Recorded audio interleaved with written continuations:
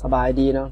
มื้อนี้ก็มาพบกันอีกเช่นเคยเนาะในหัวข้อที่เราจะได้เรียนนี้ก็คือจะเป็นรูปแบบการออกแบบป้ายเนาะออกแบบป้ายลักษณะนี้ก็คือเป็นแบบป้ายตั้งแคมป์ตามหน้าบูธงานต่างๆเนาะก็คือเป็นป้ายแบบก็แล้วก็ลั่นขึ้นมาเนาะเป็นป้ายตั้งเนาะคือเวลาออกไปบูธออกไปงานเนาะมักจะเห็นเขาจะเห็นเป็นป้ายตั้งแบบนี้เนาะลักษณะเป็นก็คือกับก็ของสากโปรเจคเตอร์นี่แหละเนาะเป็นป้ายลักษณะนี้เลย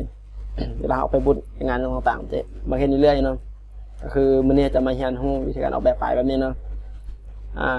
อันที่จริงแล้วเนาะหัวข้อตัวนี้ก็ยังเป็นหัวข้อที่3หัวข้อที่4เนาะสำหรับหัวข้อตัว